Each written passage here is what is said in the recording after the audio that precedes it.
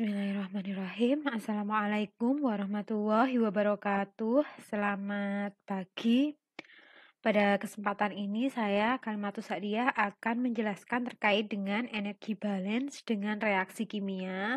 Nah, capaian untuk pembelajaran ini adalah mahasiswa mampu menyelesaikan perhitungan terkait dengan energi balance yang di dalamnya ada reaksi kimia.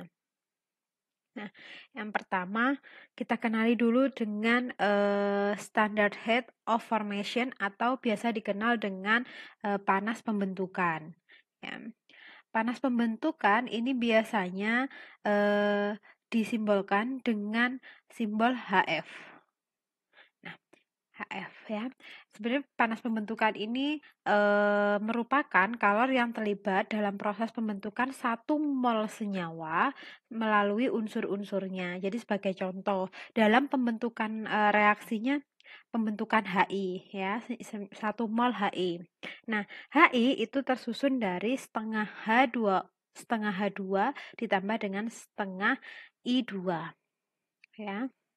Nah, ini merupakan pembentukan 1 mol senyawa HI, di mana kalor yang terlibat dalam reaksi ini disebut delta HFHI atau delta H pembentukan HI. Nah, di mana delta HF pembentukan HI ini, jadi panas pembentukan HI, itu nilainya kita bisa lihat di appendix F.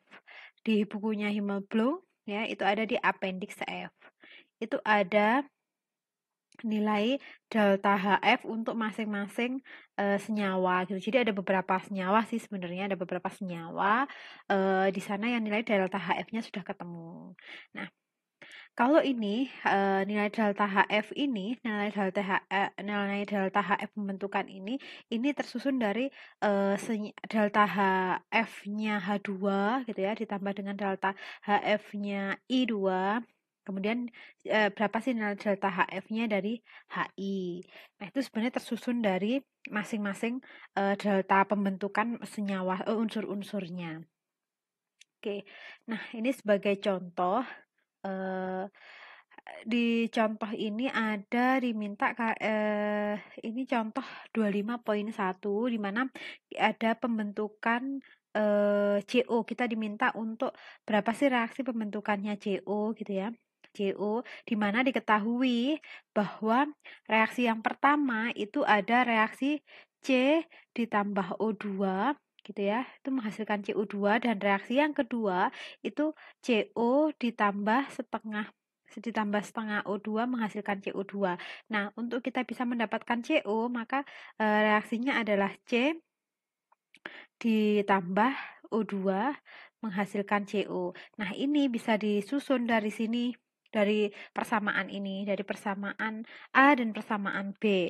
Nah, jadi di persamaan A ini ada C, O2 menghasilkan CO, kemudian yang kedua adalah CO ditambah setengah O2 menghasilkan CO2. Nah, di sini nanti akan ada yang poin B itu dibalik, bahwa CO sama dengan menghasilkan CO ditambah dengan setengah O2, di mana nanti nilai-nilai di sini juga akan berubah tanda, yaitu menjadi plus. Ini contohnya Bu Ima taruh di Excel ya, nanti akan Bu Ima jelaskan di Excel. Nah, ini kemudian untuk latihan soal. Nah, selanjutnya adalah panas pembakaran. Nah, panas pembakaran ini apa sih? Panas pembakaran adalah jumlah panas yang dibebaskan per mol zat yang dibakar.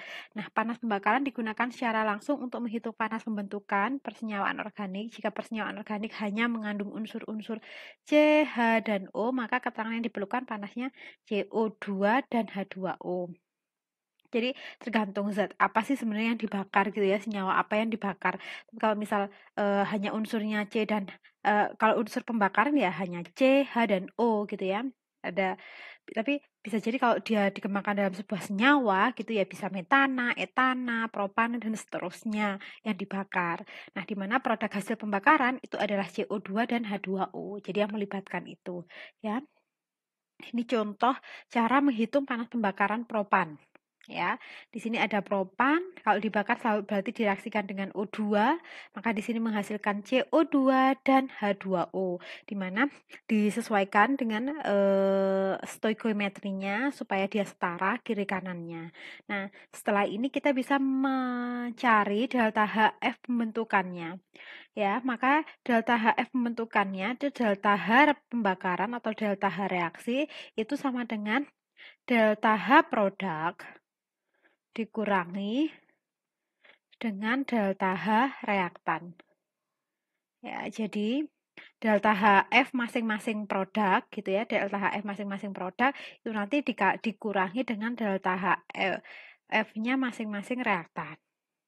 Jadi kalau di sini ya delta H 25 derajat Celcius. Oke, reaksi itu berlangsung pada suhu 25 derajat Celcius ya. Di sini diketahui bahwa reaksi pembakaran propan itu menghasilkan delta H-nya adalah sekitar 530.000 sekian kalori atau 500 kilokalori ya. Nah, di sini kita hitung nih delta HF pembentukan untuk senyawa monoatomik atau diatomik. Jadi misal nih monoatomik itu seperti apa sih? H, kemudian atau C atau O. Ini delta HF-nya itu adalah 0. Senyawa diatomik juga seperti itu, maaf O2 gitu misal. Nah, ini delta HF-nya sama dengan 0. Jadi, misal delta HF-nya O2 di sini, ini sama dengan 0.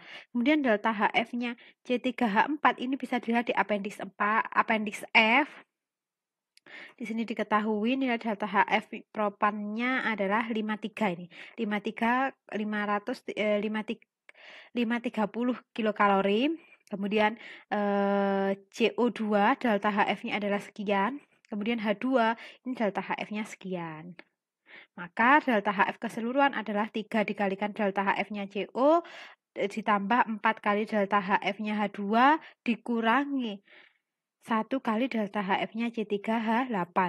Gitu bisa. Ini sebenarnya ini kan minus propan ya.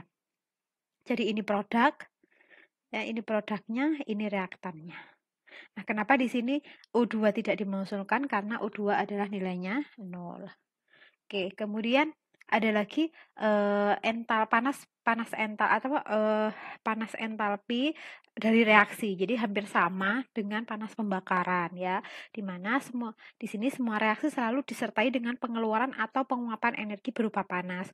Untuk reaksi kontinu jika tenaga mekanik, kinetik atau potensial diabaikan ya. Maka panas di sini panas di sini setara dengan entalpi. Jadi Q sama dengan delta H. Nah, di sini ya diketahui bahwa delta H reaksi itu adalah delta H produk dikurangi dengan delta H reaktan. Nah, ini contoh lagi, hitung panas reaksi 1 mol NH3 gitu ya. Nah, di sini reaksi NH3 itu ditambah dengan O2 menghasilkan NO dan H2O ya. Nah, di mana nanti juga kita mencari delta HF masing-masing senyawa ini. Nah, ini di appendix F, kemudian kalau ini delta HF-nya sama dengan 0, ini di appendix F dicari, ini di appendix F dicari. Gitu ya. Nah, ini adalah delta H reaksinya, ini adalah punyanya produk. Ya, ini produk, sedangkan ini reaktan. Ya. Gitu ya, sehingga bisa dicari. Oke. Kemudian ini contoh soal bisa dilihat nanti. Ini sama kayak contoh soal sebelumnya. Oke. Nah, ada lagi yaitu neraca energi dengan perubahan fasa. Jadi misal ya di sini ada yang tadinya ini contohnya adalah H2O, di mana di sini H2O hitung panas pembentukan H2O, panas pembentukan standar H2O. Jadi dia dalam bentuk gas, di mana panas pembentukan itu kan panas reaksinya itu kan dari 25 derajat Celcius ya kan. Nah, di sini dicari karena dia dalam bentuk gas, maka panas pembentukannya adalah kita cari dulu. Nih, H2 H2 dalam gas ditambah O2, reaksinya kan gas dan gas ya. Ini gas dan gas, reaksi yang pertama menghasilkan H2O liquid. Itu nilai delta H-nya adalah sekian. Ya. Kemudian H2O liquid berubah menjadi H2O gas. Ini adalah delta H penguapan atau delta H panas laten. Panas laten gini. Ini ada di appendix juga, panas laten. Panas latennya ada di appendix atau nilainya biasanya dalam bentuk benar-benar dalam bentuk U simbolnya. Jadi ini panas latennya sekian. Nah, maka panas karena ada perubahan fasa itu adalah panas reaksi ditambah dengan panas perubahan fasanya, yaitu panas penguapannya dijumlahkan ya. Jadi harus diperhatikan kalau dia tidak ada perubahan fase, maka ya berarti panas reaksinya saja yang ditambahkan. Tapi kalau ada perubahan fase, maka dia ditambahkan dengan panas perubahan fasenya. Oke, ini adalah panas terkait dengan adanya perubahan suhu. Akan Bu Ima jelaskan lagi untuk pertemuan selanjutnya. Selanjutnya adalah latihan soal. Latihan soalnya ini ada Bu Ima kasih contoh ya di Excel. Nah, kalau kalian sudah buka lembar aktivitas mahasiswa, di sana ada contoh soal dan latihan soal. Nah, ini contoh soalnya. Misal contoh soal yang tadi seperti contohnya yang Bu Ima tadi ya, yang 25.1. Nah, di sini ada reaksi-reaksinya.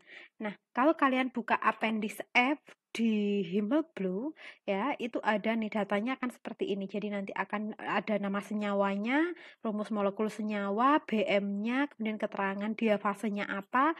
Ya, data yang pertama adalah panas pembentukan, yang kedua adalah panas pembakaran, combustion, delta H combustion-nya berapa. Yang kita pakai adalah delta HF-nya. Jadi nanti kalau kalian di latihan soal gitu ya, diminta untuk menghitung panasnya, maka tampilkan data dari appendix F-nya. Jadi ditampilkan seperti ini, dilampirkan. Nah, ini menunjukkan bahwa kalian memang mengambil data itu dari appendix F atau sumber yang lain boleh monggo silahkan. Ya, ini jadi nanti bisa kalian pelajari. Ini yang warna-warna kuning, ini adalah data-data yang diinputkan. Jadi sebenarnya sudah ada pembahasannya ya di Himmelblue yang sudah kalian resume kemarin. Kemudian kalian bisa pelajari lagi ya apabila nanti breakdown-nya di Excel itu seperti apa. Ini sudah Bu Ima contohkan. Jadi nanti kalian tinggal tinggal mencontoh pengerjaannya bagaimana ya. Ini juga ada contoh yang 25.3. Nah, selanjutnya kalian bisa mencoba latihan ganjil dan untuk teman-teman yang absen genap, kerjakan latihan genap. Untuk teman-teman yang absen ganjil, silahkan kerjakan latihan ganjil. Oke, sekian sedikit pemaparan dari saya. Nanti untuk sesi tanya jawabnya kita bisa ke kolom chat. Terima kasih atas atensinya. Mohon maaf apabila ada salah kurangnya. Wassalamualaikum warahmatullahi wabarakatuh.